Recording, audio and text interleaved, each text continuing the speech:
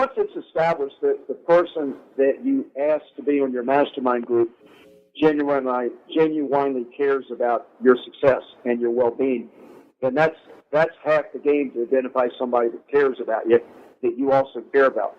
But the statement that I'm going to make now, and I think is key, if you can get somebody that's an expert at something that wants to see you succeed, and you don't have to pay them, not only do you save the money, you're going to learn what it is that you need to learn so much better than if you had paid some consultant to teach it to you.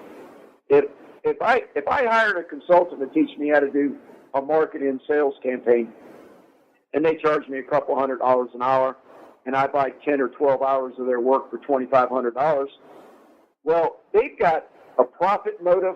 You've got to support their overhead, and they're going to teach you a lot, but they also might not teach you everything you need to learn, because they're going to have future income from you if they're doing a pretty good job for you, so that you can continue to buy their services.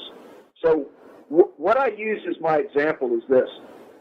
If I need John Prince's services, and I know he likes to fish, and I've got another friend that has a vacation home in Nags Head, which is a beach community outside of Norfolk area, and I call up my friend and I say, hey, can I use your beach house one weekend in the next month or so?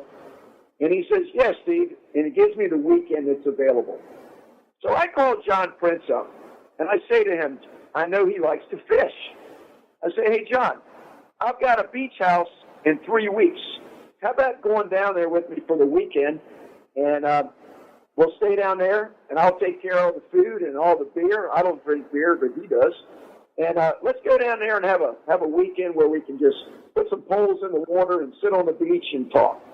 Well, okay, he accepts my invitation. When we get down there, John Prince knows that I've got this business that I'm working on, and I need a formal business plan. He makes it his desire the whole weekend to make sure that he educates me in all aspects of the business plan that I need done, as a thank you for giving him a weekend where he's down there being taken care of. That's a free exchange where one person does something for another and the other person reciprocates. And here's my final statement on that example. What John Prince is going to teach me, he's going to make sure that I learn it because he cares about me and he's not doing it for money.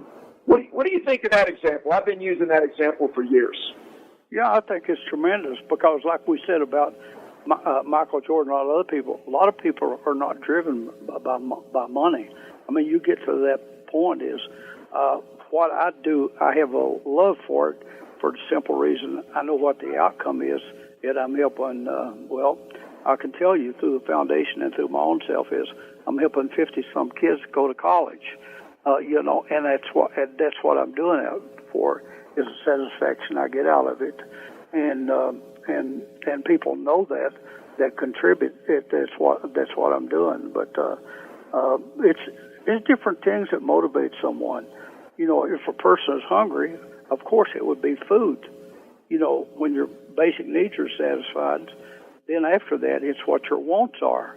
It's obviously your advertising genius is not looking for just money, and he's got food, clothing, and shelter, 3 basics. But the other things, what drives him, is things that he wants. And one of them is fishing, and you was able to satisfy that want. And sometimes our wants are really, really, really strong at what ends people will go to satisfy not their needs, but what their wants are. And we know today that wants drive the market. Eisenhower said it real well. He said, if all you want out of life is food, clothing, and shelter, you get all 3 of them in prison. But life's a lot more than that. But people have different wants that drive them, and it's important if we're dealing with someone that we find out what it is. And you found out his was fishing, and it was easier to deal with him once you found out what his passion was outside of making money and taking care of his basic needs in life. Now, and I had an inmate in a prison a couple of years back who really liked this type of thinking, and he saw that it could help him achieve things that he might not be able to do by himself, which is a specific purpose of employing the power of the Mastermind Group. It's to be able to move toward achievement that you need help from others. And I got a quote from Ecclesiastics that my wife gave me this morning, and it's two are better than one because they have a good return for their labor. If either of them falls down, one can help the other up. But pity anyone who falls and has no one to help them up. Also, if two lie together, they will keep warm. But how can one keep warm alone? Though one may be overpowered, two can defend themselves. A cord of 3 strands is not quickly broken. That's Ecclesiastics 4. I remember that. I'll tell you a personal experience I learned from. It was April, I remember. It was still kind of cold. I spoke outside of Hershey, Pennsylvania last year. And one of the people we contributed to was dogs that assist people. And I noticed that, they had the dogs there, and I wondered, would you see people always got a big dog? They looked like a lab or something or other. And the lady, one of the trainers, said, I didn't realize what training they go through with. And it's real simple. The dog is trained, if that person falls down, the dog lays down beside of them, and they can brace themselves against the dog and help themselves up. I said, even an animal understands that, can be taught that. I wondered why they had to have such big dogs. But a big dog can assist them, where it lays down where the person's at, and the person can use the dog to his leverage to help them get themselves up. I thought it was just remarkable, but I didn't know that, and I still wouldn't know it, I guess, if I hadn't attended that thing in Pennsylvania and saw the demonstration and so forth put on in the place we'd contributed money to. So it was quite a thing that even animals learn to support each other. Well, that's a beautiful thing. I had someone ask me a few years back, how many mastermind groups can one person be involved in?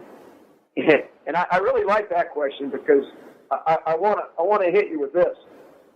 Once you understand the mastermind group, it's a way of handling yourself in relation with other people. And it is absolutely unlimited. My answer to that person, you can be in an unlimited number of mastermind groups because it's based on relationship. It's based on caring. My personal goal, Don, is to be involved with everybody that I'm involved in a caring way. In other words, I want to be involved with everybody in a caring way. That means that I want to put others in front of myself and just know that I'll be taken care of because I'm not concerned about myself. And so if you learn how to interact with other people, always trying to have them succeed in whatever it is they want to succeed in, then, my gosh, I think the world can be a whole lot better for each one of us if all of us approach each other and trying to help each other and putting their needs in front of our own. Oh, I think you hit it. I pick a verse for the year, and 1 year it was Acts 20:35, which says, "More blessed to give and receive," and that's a sad lesson that most people don't learn in life.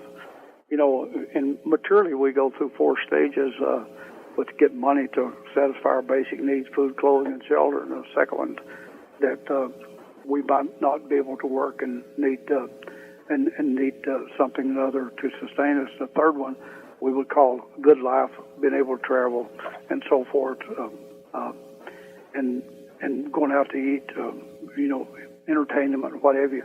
But the fourth one, which gets us down to the end of the cycle, is we're in a position to make a difference in the lives of others, of our own choosing. If you want to choose to help church, St. Jude's, your grandchildren, college, or whatever.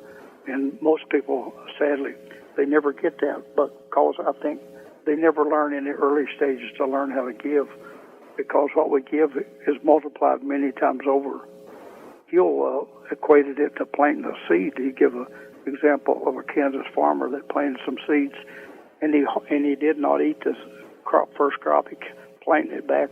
I believe it was on the 5th year. The crop yielded $160,000 worth of wheat. He started off with a thimble full of wheat seeds, but he demonstrated that nature operates the same way. We principle that we get back much more than what we give out. Now, we might not get it in the same manner. It may come through some other means, but we have to think that when we're doing good, that we're going to be rewarded in some fashion. So, Don, let me ask you this. We got about 8 minutes or so left in the show. The purpose of my radio program is basically to be there for people that are going through hardship and for those that are trying to help people that are going through hardship.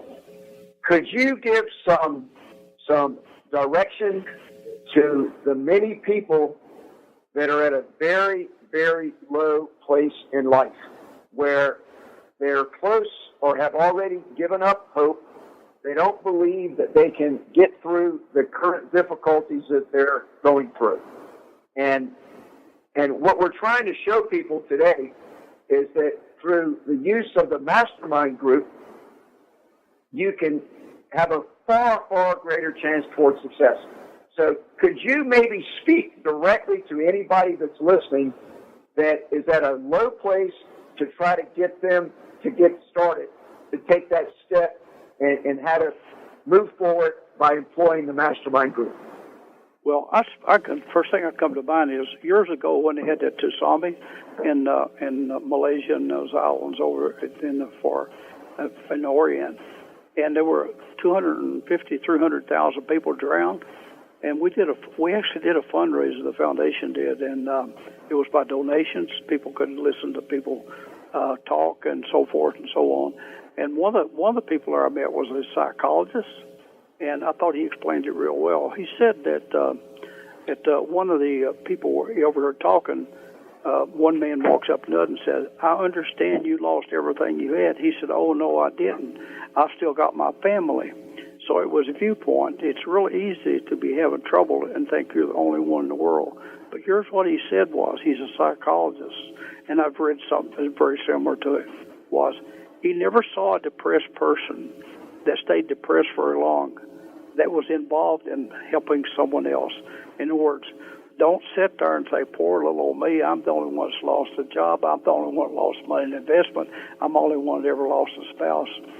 But even the sermon yesterday was a minister. He's a well-educated guy, CPA, and had the call to go back to school, become a minister. But he said, we're stronger. We're much stronger after we go through that testing. I don't know why we do it, but we are. And we got to accept that fact is that things are going to be better. The sun will come up the next day if we concentrate on something else rather than the trouble that we're having. We're a better person. Even after the life of a loved one, it changes you. Believe me, I'm telling you from personal experience. You start looking for more ways that you can help other people and you can make a difference in other people's lives. And to people that's down and out is, don't sit there and think, hey, nobody helping to me. Steve, one of the things I remember when I was picking up pop bottles, my mom didn't hand money out. My dad worked in the mines, and she would tell us something like that. We can't waste our money. Your dad may get hurt or even killed working in the coal mines, crawling around on his knees.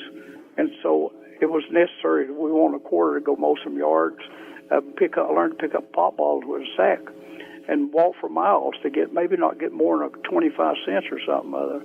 But the little store would trade the bottles in for a penny apiece. He had a little sign by the cash register underneath the glass, and I read it as a kid. I probably may have been 10 years old, but I can remember it like it was yesterday. He had a sign, it looked like a newspaper clipping out of a magazine or something, the tape to the underneath that. You could read it through the glass. It said, I complained because I had no shoes, until one day I met a man who had no feet. And all we got to do is be thankful for what we got and not concentrate on what we don't have, because it doesn't get us